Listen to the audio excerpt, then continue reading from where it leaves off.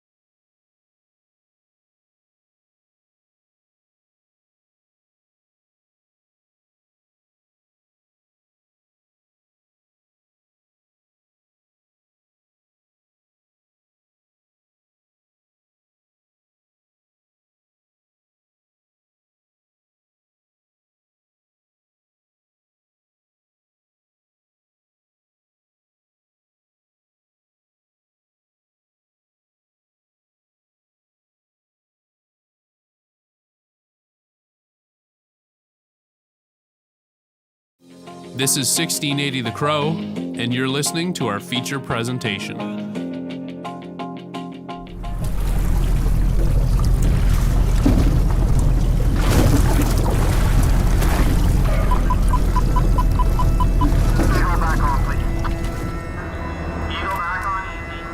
One of the things they always say on board vessels is it's 99% boredom and 1% sheer panic. Most things on our coast move by tugboat. If there were no tugboats, everything would just be be crashed up on shore. We here at BCIT News had the opportunity to speak to some of the people who make sure the environment stays pristine and the economy keeps trucking along. Let me introduce the voices you're about to hear from. Spencer Gulliver is the Assistant Manager of C-SPAN's Marine Development and Recruitment. Paul Hilder is the President of the Council of Marine Careers. Kyle Russell is a port captain at C-SPAN, and John Fullerton is a BC Coast pilot. Eagle back on, please. Eagle back on easy. And then back in the 1800s, they called Boundary Passage to Tofino the graveyard of the Pacific. So many ships were lost, and lives were lost, and eventually pilotage became mandatory. You know, a master of a ship that's used to kind of transiting the open seas, anytime they get close to the coast, they get a little nervous. The only reason why we don't have a lot of environmental disasters is because there's an entire industry designed around making sure that people are safe and able to bring in assets in and out of Vancouver. Eagle standing by. Get an Eagle, you can back half, please. There's always a risk. Oil doesn't just dissipate. The crude oil that we're hauling is a very persistent oil. It's not like a gasoline or anything, a refined product that tends to evaporate, so it's going to cause some long-term damage. And that's why it's so important to have these pilots and tugboats out there. We've got some pretty unique waterways on the coast, right? The inside passage here, there's not many places like it in the world. Is there an environmental component? Risk to anything? Yeah, there is. The latest division that we have tugboats from is High Sea, and that's a partnership with the Haisla Nation up in Kitimat. They have 3 fully electric tugs. Those electric tugs were the first in North America to be operational. So the economy of Canada depends on the little tugboat and the Canadian Mariner. I have asked from time to time how much the cargo on board a ship is worth, and you know, it can be up to $100 million. Like it's considerable. And like you say, with the TMX pipeline being complete, the number of tankers coming in and out is unprecedented. It seems like container ships and tankers, oil tankers, are like, they're always on a deadline. It's like everything is on schedule and like go all the time. Eagle, whenever you're in position there. You can't even think. This is how all the prairie's grain is shipped to the world. This is how all of Alberta's oil is shipped to the world. This is how all of the coal is shipped to the world. Vancouver does more shipping out than it does in, which is pretty important for Canadians. And then of course all the containers bringing everything we buy in the stores, it's all coming into Vancouver and then being trained or trucked to wherever it's going in Canada. $200 to $300 billion of trade goes through the Port of Vancouver. She's moving now. Okay, right on, thanks. Your hand there, Eagle, appreciate it. All right, have a good day, thanks. That's the pilot communicating to the Eagle and the Osprey. Very little moves on this coast without a tug. This is a business that is also really, unfortunately at the moment, dwindling with the population of baby boomers that are all retiring. So currently 1/3 of our workforce can retire in the next 5 years. How do you replace a 40-year veteran on the water with somebody who's still wet behind the ears with a brand new certificate in their hand? That's a difficult thing to try to nothing trumps your experiences out there. A BC Coast pilot here in British Columbia would, anywhere in between Alaska and Washington, get on board a vessel, introduce himself to the captain, sort of discover what the handling characteristics are of the ship, and then safely guide it to its destination anywhere within Canada. Basically, anytime a ship or large vessel goes somewhere which is unfamiliar to the crew, they need someone who's familiar with the area to guide them away from rocks or dangers and work with the prevailing conditions that they're experienced with. So, one of the nice things about this industry is it is such a specific niche job that if you're a tug captain, you've got a job for life if you want to stay running doing that work, right? It takes so many years of training and development for that skill set. Pulling opposite each other. It's a dance, really, almost, eh? Yep. Yeah, I mean, guys that I was in school with in my class are pilots now. Yeah. They're really, I mean, that's like the pinnacle of the West Coast Marine career. I mean, yeah. You know, pilots are a necessity. It's not a luxury. It's not something you know, oh, it's nice to have pilots. Like, you need pilots. The captains of the ships coming in, a lot of them have never been here before. And having never been here before, you don't know what to expect when you get here. I'll just hang tight till you get out of there, and then I'll wrap her up.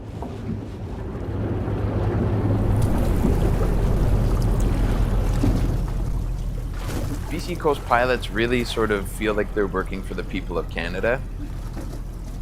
We're independent from government, we're independent from industry, and our main concern is safety. And believe me when I tell you, nobody wants things to go well more than we do. And you know, the little kind of insignificant tugboat, it doesn't really turn heads. Like I say, people tend to think they're cute and that, but they are the workhorses of the coast. Eagle whenever you're in position there. Eagle copies, we're just about there. Yeah. For BCIT's The Crow, I'm Gabe Liesi with co-producers Joe McHugh and Cohen Sassaman.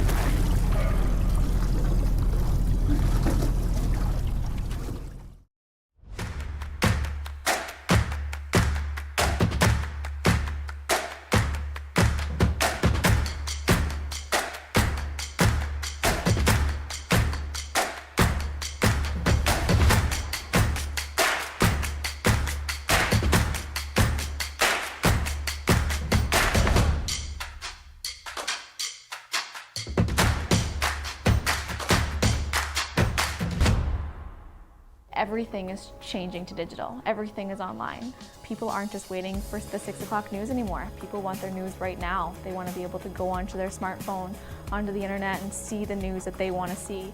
Vancouver is growing at, you know, a really rapid rate, the Lower Mainland even, and with the tools that we're given here, we're able to cover all of that.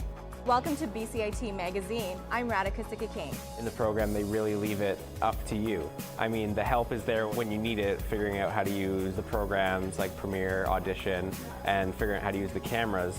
But it's up to you to sort of experiment and figure out what you can do when you go out in the field. They brought candles and flowers to remember the student who lost her life yesterday. Theresa May says the international community condemns Moscow. They really make sure that you know the basics and you are able to put out a quality product. I'm Brady Tretnero. And I'm Radhika Sikakane. Thank you for tuning in to BCIT Magazine.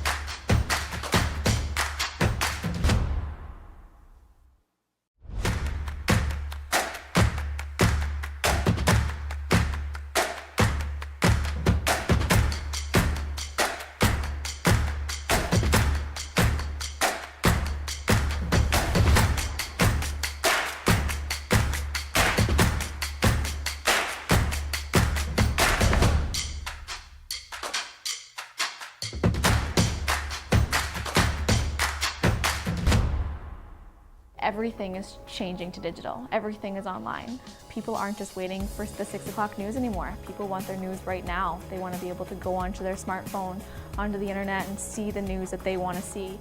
Vancouver is growing at, a really rapid rate, the Lower Mainland even, and with the tools that we're given here, we're able to cover all of that. Welcome to BCIT Magazine. I'm Radhika Sikki-King. In the program, they really leave it up to you. I mean, the help is there when you need it, figuring out how to use the programs like Premiere, Audition, and figuring out how to use the cameras. But it's up to you to sort of experiment and figure out what you can do when you go out in the field. They brought candles and flowers to remember the student who lost her life yesterday. Theresa May says the international community condemns Moscow. They really make sure that you know the basics and you are able to put out a quality product. I'm Brady Trettenaro. And I'm Radhika Sikki-King. Thank you for tuning in to BCIT Magazine.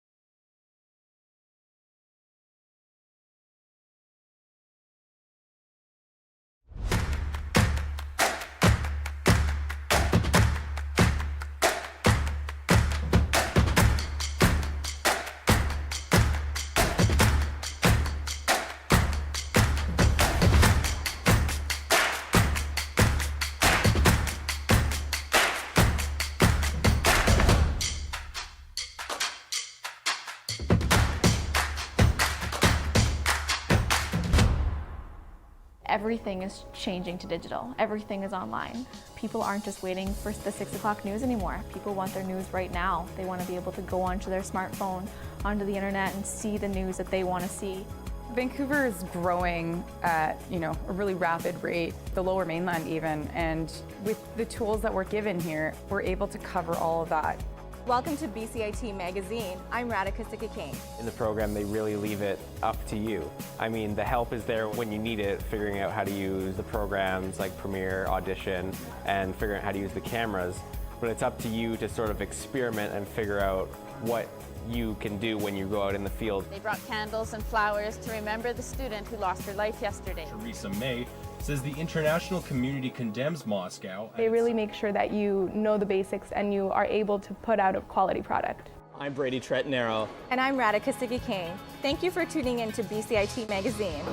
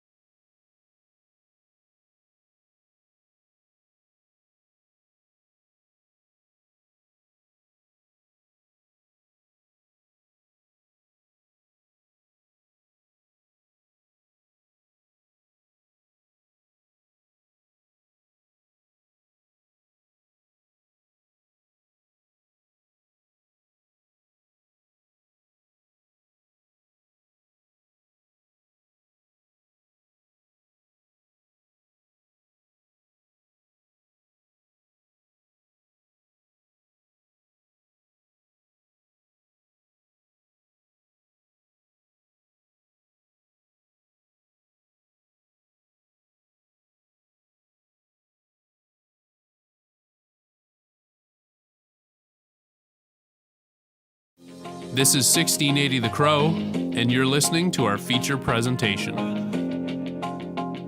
Vancouver comes alive under a canopy of pink as the cherry trees bloom and the annual Cherry Blossom Festival begins. Our reporter, Jenny Sung, has more on how the festival brings the city together.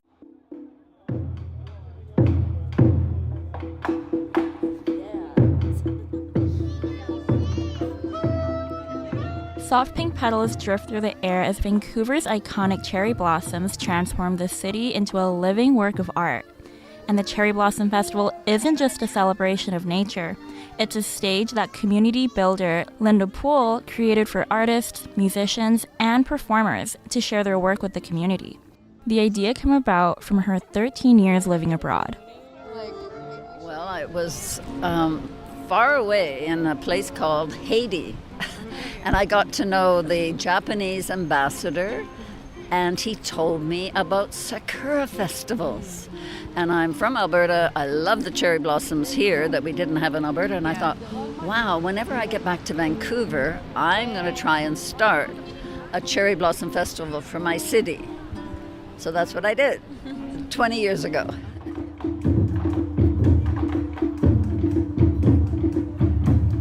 Well, you know, we launched Cherry Jam at Burrard SkyTrain Station, so it was very intimate and close, and I liked it because of the intimacy, I think. But now we sort of branched out, and we're in bigger venues and more people, and the popularity, you know, has grown.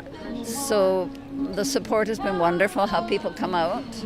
And there's been some additional new programs, but mostly we've taken the successful core original programs and just made them bigger, with more talent, which is what everybody wants. And more food trucks, more merchandise, more everything.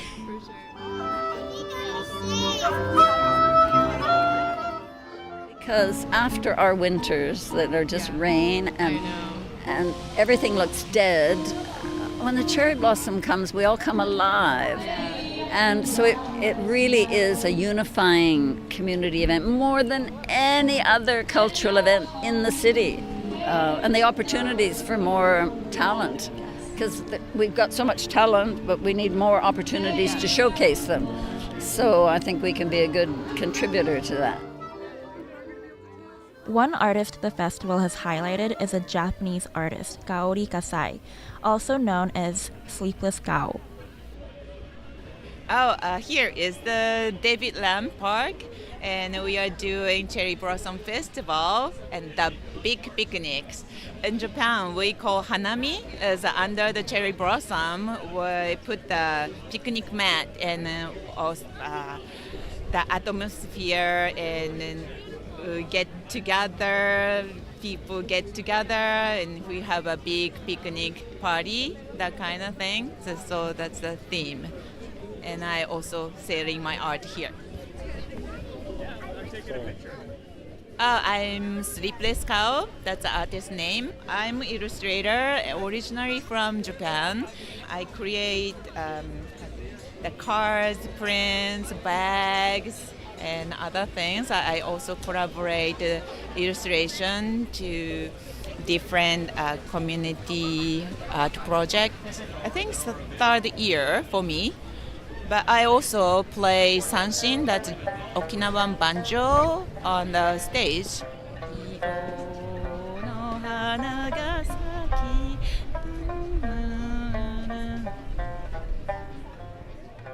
The Cherry Blossom Festival is a big thing in Japan, and also here we see lots of cherry blossom. I think 80,000 cherry blossom is in Vancouver, so some are like mostly from Japan, right? So connect with Japan and here Vancouver, and people get together and appreciate this beauty of the nature. Along with artists, the festival brings about many musicians and performers, like the multi-genre band Mudfoot.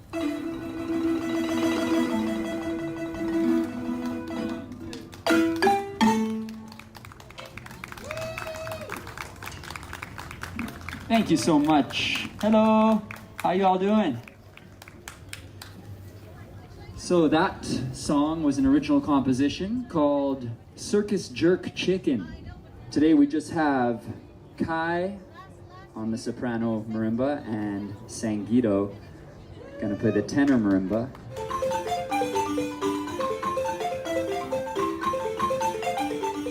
So my name's Kai Buchanan. I've been playing marimba with Sangeeto and a few of the other guys for 20 plus years now. Started with, a little community band and it was just kind of growing from there. I'm a civil engineer by day, musician by night. My name's Sangeeto Bigelow. I started on hand percussion and drums, Afro, Cuban, and West African drumming, and I teach music to all ages, from adult private lessons on guitar and percussion to youth group classes on marimba, like the music we played today. So I love music. It is a passion. It's also a job. These marimbas are from Zimbabwe, Zimbabwean style. So we thought we could take it away with a contemporary Zimbabwean song called Rosalina Soda.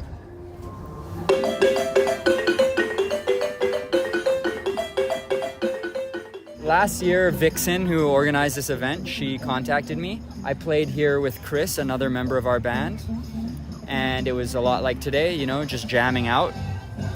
And super fun, community vibes, beautiful cherry blossom vibes.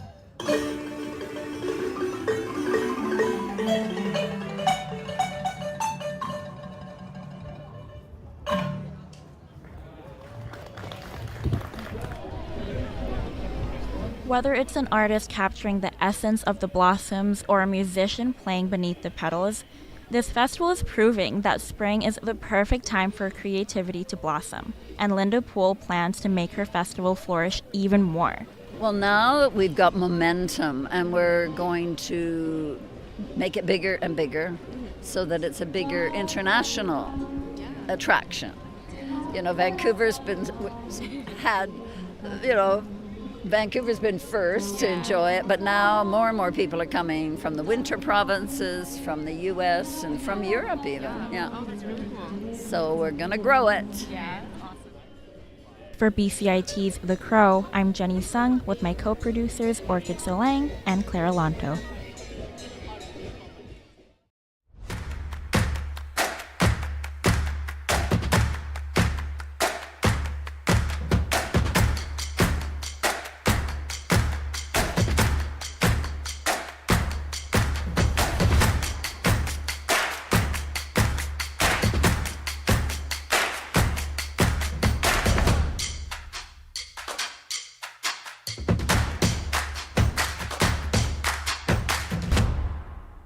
Everything is changing to digital. Everything is online. People aren't just waiting for the 6 o'clock news anymore. People want their news right now. They want to be able to go onto their smartphone, onto the internet, and see the news that they want to see. Vancouver is growing at, a really rapid rate, the Lower Mainland even, and with the tools that we're given here, we're able to cover all of that. Welcome to BCIT Magazine. I'm Radhika Sikki-King. In the program, they really leave it up to you. The help is there when you need it, figuring out how to use the programs like Premiere, Audition, and figuring out how to use the cameras. But it's up to you to sort of experiment and figure out what you can do when you go out in the field. They brought candles and flowers to remember the student who lost her life yesterday. Theresa May says the international community condemns Moscow. They really make sure that you know the basics and you are able to put out a quality product. I'm Brady Trettenaro. And I'm Radhika Sikki-King. Thank you for tuning in to BCIT Magazine.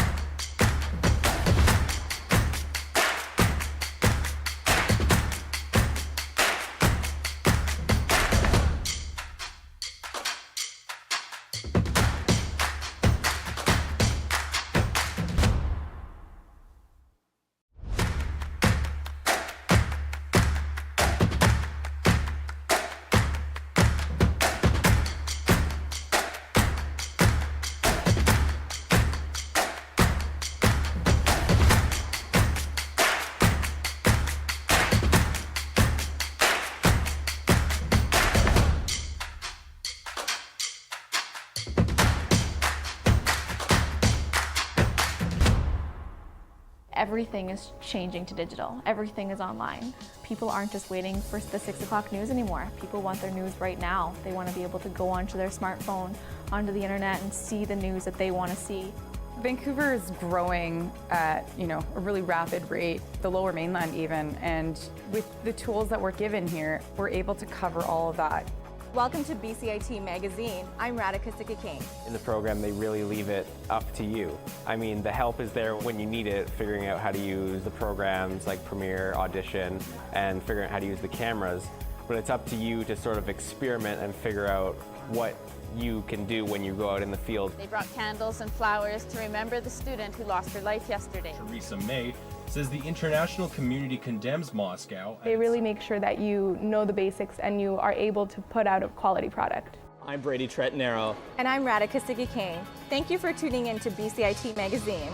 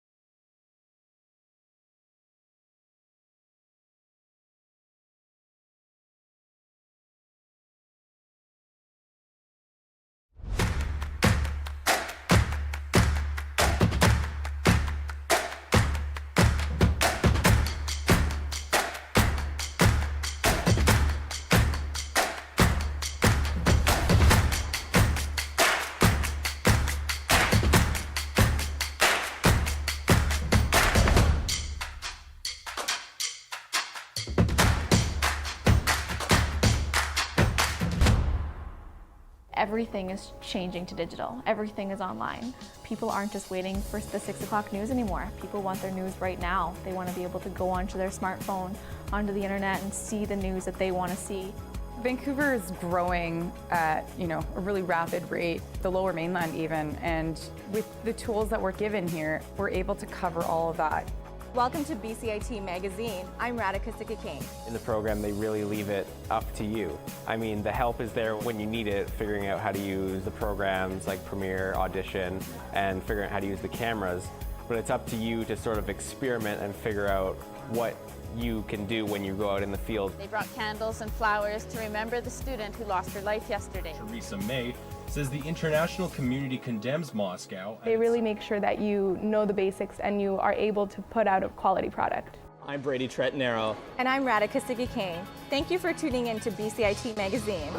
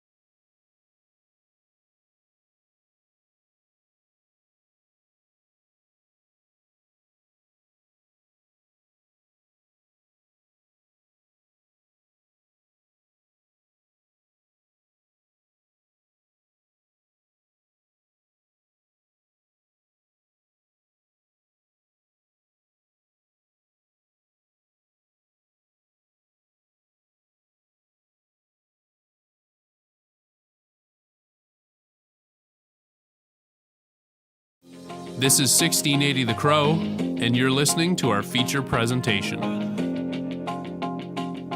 In 2007, Doreen Carter's life changed when she met Darlene McCann, who, along with a group of passionate women, helped Doreen get through her recovery process. This group of passionate women runs Soroptimist, a non-profit organization that supports marginalized women in our society. Gabby Rui has the story. Brenda, I found it.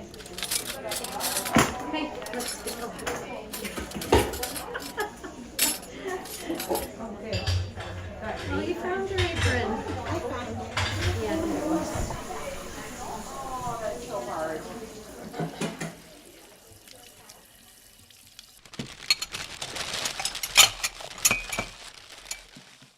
Bee's Closet and Warm Place for Women are two programs that operate under the non-profit organization Soroptimist Tri-Cities.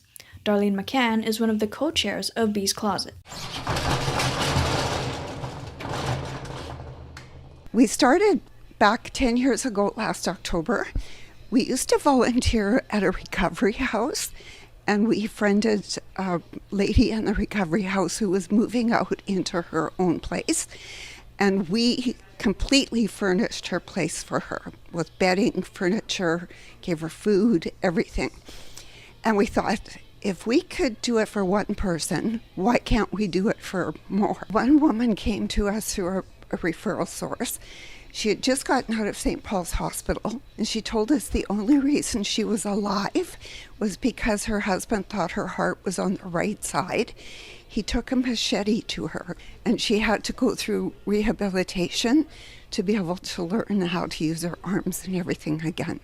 It was horrible. With the cost of housing in the Lower Mainland right now, almost every cent they get is going to rent. So they have no money to buy the household items, and they can get pretty much everything that they need for the household. The trolley, when we finish an order, is absolutely full of stuff. They don't need to go shop for anything, which is wonderful. Mugs wrapped up here. Do you have a box for dishes or?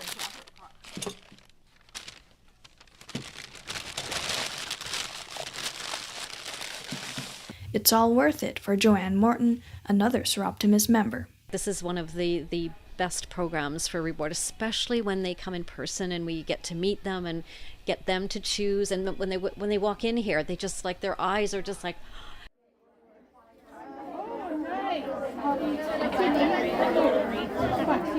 Janice Wharton, co-chair of the program Warm Place for Women, talks to us about what they do. Every month, we provide a warm meal in a local kitchen, and we have pretty close to 100 ladies and children that will come the first Thursday of every month, and we provide them with a nice meal. Warm Place even holds special festivities during the holidays, like at Christmas time. This time, we do have somebody that volunteers to be Santa. And then what we also do at Christmas time, and we ask all the people in our club, all the ladies, is to give us nice lady things. So we have a separate little room off to the side, and we have all of those things and a couple of volunteers with wrapping paper and ribbon and cards, so the children can then go in and choose a present for their mother. Paula Beatty, another co-chair of Warm Place, told us just how meaningful it can be for someone who uses their program. You forget, sometimes people just need a friend, right? So sometimes I have people still reach out to me and they want to go for coffee, or they want to ask a question, or they want to talk about their kids. And they just need a connection. One lady, and she told us that every piece of clothing that she owns, she got from One Place. And the fact that she could get her clothing from One Place meant that she could spend that money on food for her kids. I'm going to say 65 or Yeah, 70, they yeah. brought these purses, and they're full of all sorts of things, right? So the ladies could come up and they could choose a purse. And the one lady, she's just, I never thought I would have a Coach purse on my shoulder.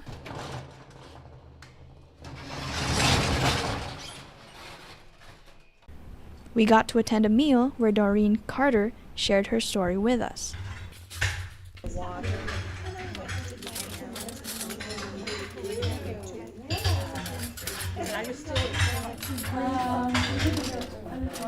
I was the only one. I was the first person that came in. I was still homeless, and it was amazing. Like, I mean, they made me feel welcome, no judgment, you know, very compassionate. We sat and we talked and stuff. They told me that they had cooked for 80 people. It was spaghetti and garlic bread, and I'm like, wow, you know, I'm the only one here.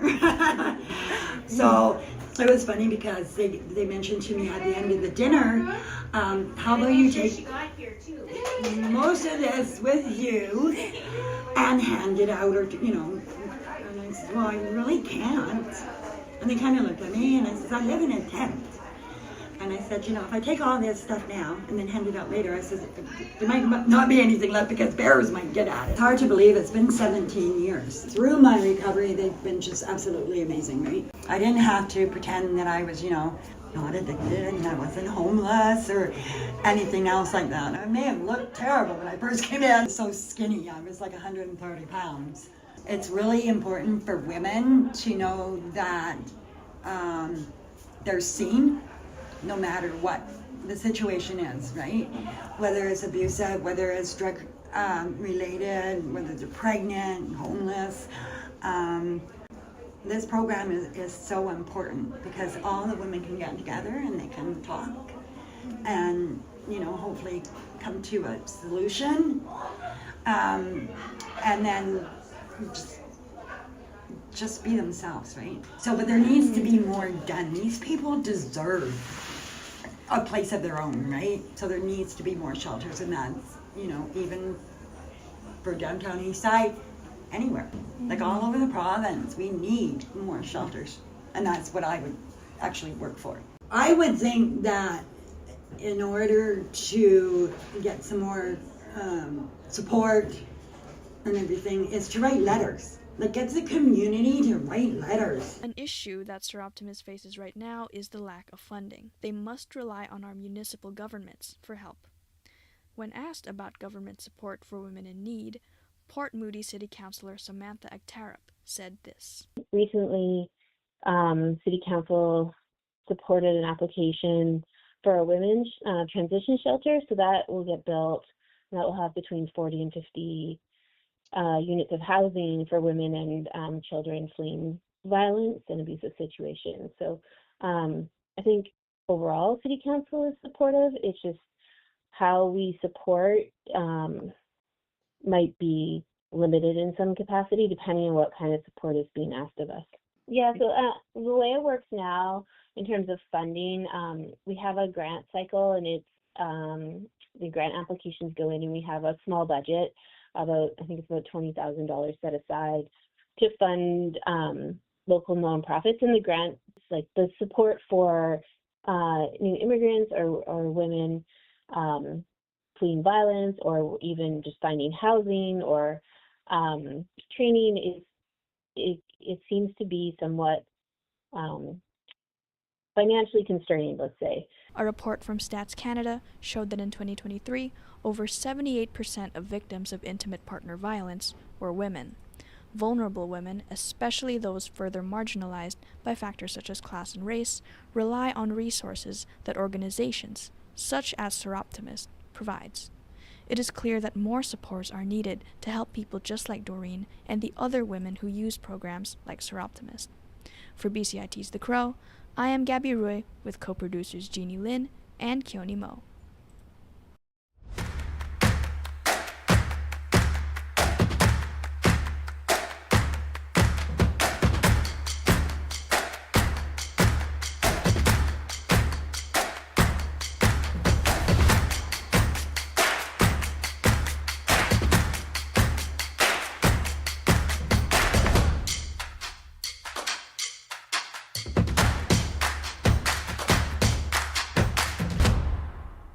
Everything is changing to digital. Everything is online.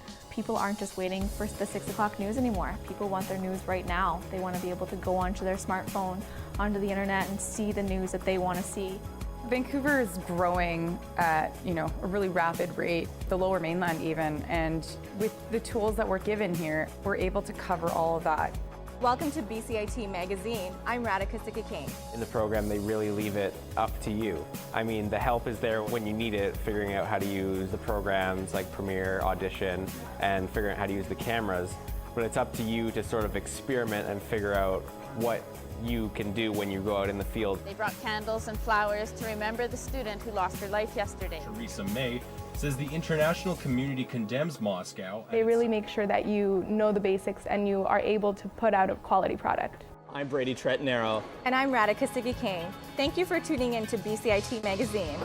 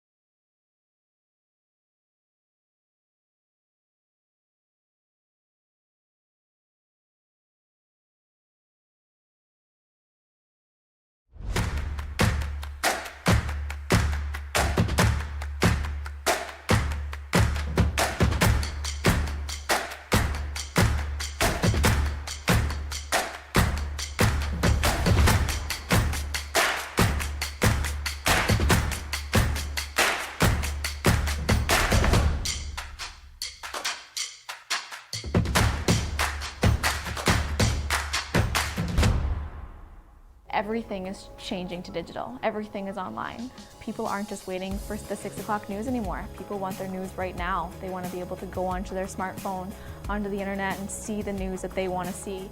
Vancouver is growing at, a really rapid rate, the Lower Mainland even, and with the tools that we're given here, we're able to cover all of that.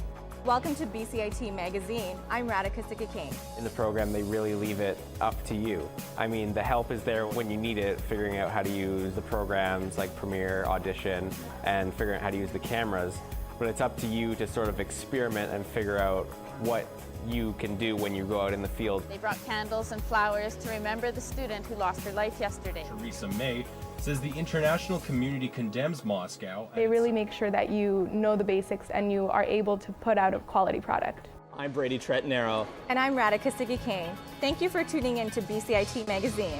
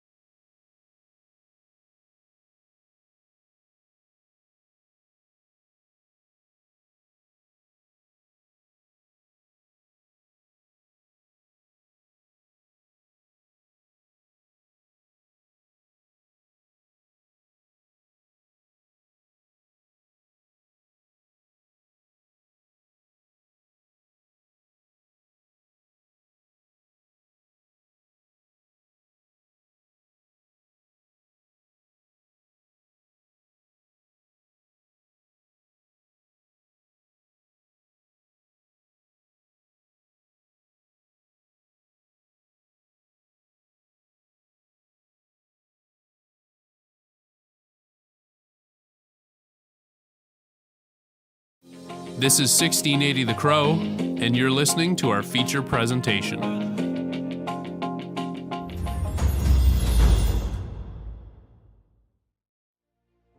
Ice hockey, Canada's national winter sport. 500,000 young Canadians take to their local rinks as their parents cheer on from the bleachers above.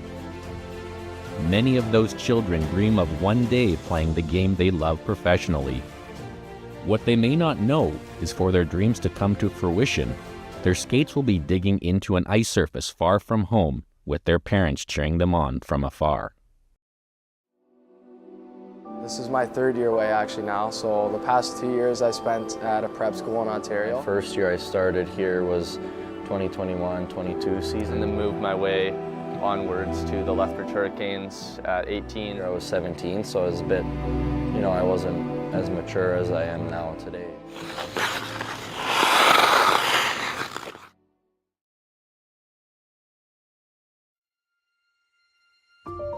In most cases, to make it big, players must either get drafted into the CHL, play in the BCHL, or play for academy schools.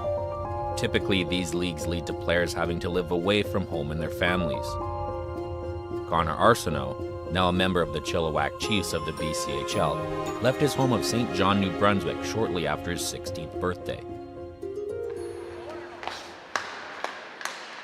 Last 2 years I spent at a prep school in Ontario. So that was originally my first time moving away, living in a dorm room there. And it was tough. Like I dealt with a little bit of homesickness for the first probably month and a half, and it affected everything, like your marks and your hockey and everything. It takes a toll on you. Mental health experts say 14 to 16 is a crucial period during a teenager's upbringing. When they're leaving home is kind of, it's a period of a lot of development in the brain. And, kids are trying to look at more autonomy, agency, they're pushing the envelope, trying to do more things. And so I think, you ask about that time in their life, I'm more kind of focused on what was going on in the 10, 11, 12, 13 prior to that, right? And so kind of the attachment piece of, all these kids are kind of coming into an opportunity in life where there's a lot of pressure. As young players move away to unfamiliar places, their parents put their trust into billet families to look after their children. Billets are tasked with housing and feeding players, playing a crucial role in a player's journey. I would imagine that the kids are probably pretty nervous. Their parents are pretty nervous because they're always like, where are you going? Like, who are you staying with? So I'd imagine before they get there, they have reached out to some of the teammates or found out what their billet situation was like. I mean, it's a big thing. Hey, man, who are you going to live with? Who's my 18-year-old, 16-year-old kid going to go live with, It's a pretty big deal to parents. I mean, they've got kids. I'd be like, hey, who are these people? It is tough moving in. It's a human aspect. Like if you're moving spots, it doesn't matter. Kind of what people do to try to make you as comfortable as you can. You got to fill out your environment, and that's just the way it is. Sometimes it'll take a day, sometimes it takes weeks or months or whatever. So I would say more so the environment of what you're going in. But yeah, like here, it didn't take me long to feel welcome and feel a part of the family, which was great. Here's Connor Arsenault moving in. Deeks scores!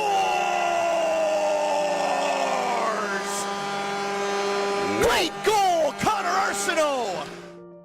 Establishing how to best interact with the new members of their home goes a long way into building trust in a billet household. Everybody has different levels of communication, and you're having another kind of like youth in your house that you may have parented, but every child needs to be parented differently, right? And you handle them all uniquely different. Sometimes food can be a great way to kind of bridge relationships and to really have that kind of, breaking bread together and what are their kind of pregame meals and really trying to make them feel at home and comfortable. Dinner time at our house, and I think the boys would agree, pretty entertaining, pretty fun, right? I think that's important for us, and we all make an effort to sit down at the table. Dinner's at 6 o'clock. Dinner's at 6, right. And we're all sitting down talking about our day. And Joining the trio at the dinner table is another billeted player.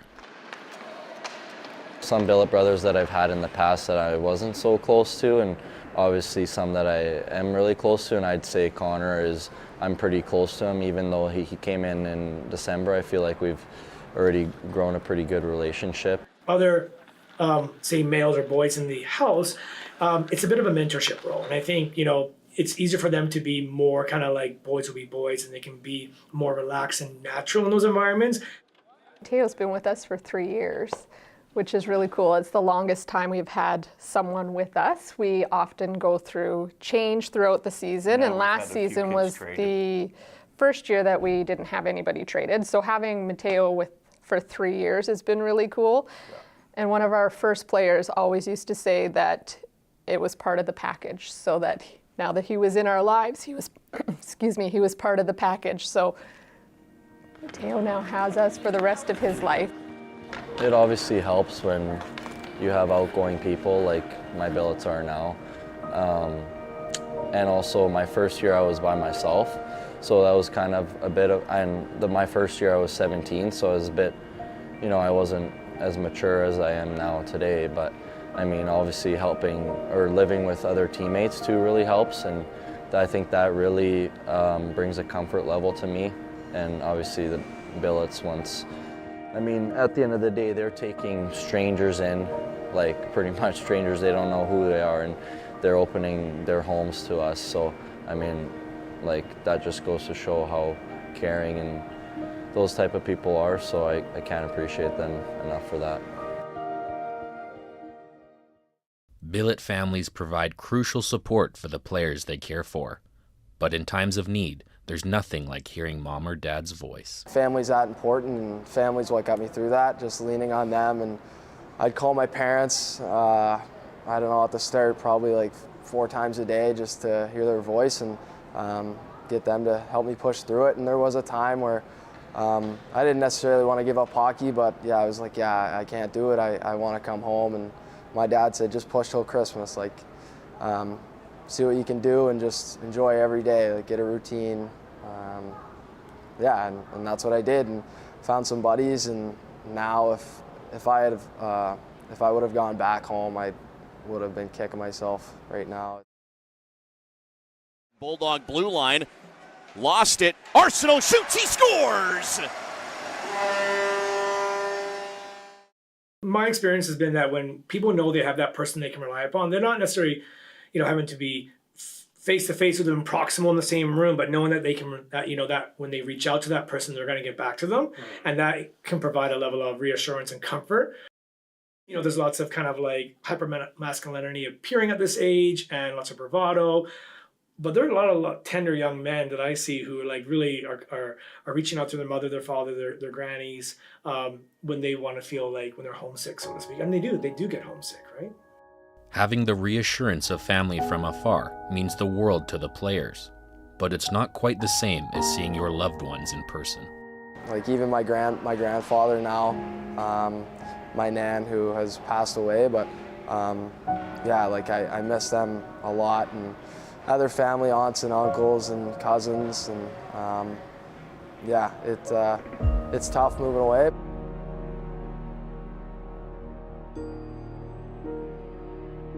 Many billet households become players' physical secure base while they're away from their immediate family. After building a strong bond and a home away from home, saying goodbye weighs on billet parents. Well, personally, it's very hard. It's really, it's hard to explain, but as soon as the boys come, they grab onto your heart, and they're part of the family. So you go through a grieving period, and it's challenging. Welcoming new players in, our first year, we had a boy get traded. And I said, I'm never doing this again. It's just too hard. And Corey's like, we're not doing it. It's fine. And then we made the decision to keep going. And I'm so glad we did, because look at how many other players we've got to meet and families. The system's not going to change. Young boys and girls are going to go away at young ages. It's just a part of growing up as an athlete. And it's really about bending but not breaking, right? Just kind of riding it out. It hit a body in front. Bushimansky is going to get the assist, but it's Connor Arsenault. Like many before him, Arsenault may have bent, but he refused to break. He's shown resilience and wherewithal while chasing his dream, learning what matters to him more than anything. I mean, every time they're out here, you really cherish your time, and moving away from home has kind of taught me that. That family, I always knew that it mattered, but I didn't really understand the meaning of it, and moving away has definitely taught me that.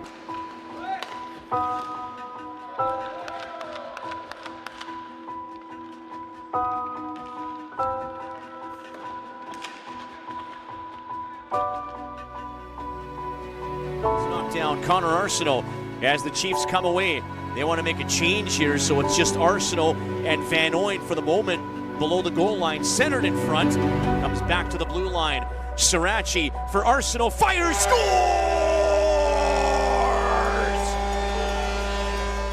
Here's the far side, Morin. Elfring to the net. Mercick following up. Mercick backhand scores. The Spurs Kings can't.